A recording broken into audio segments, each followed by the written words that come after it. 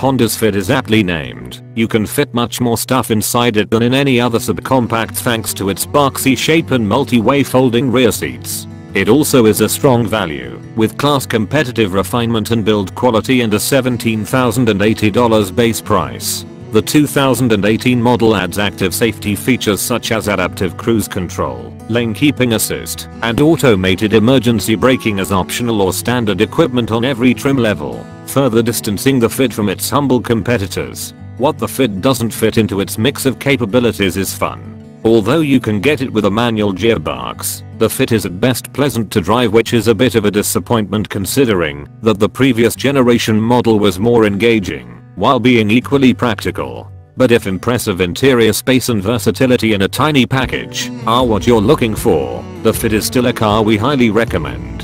High's Peerless interior packaging, multi-way folding rear seats, excellent fuel economy, Low's quite slow buzzy engine. Handling isn't as fun as in Fit's past. Verdict still the small car to buy if you must buy small. What's new for 2018?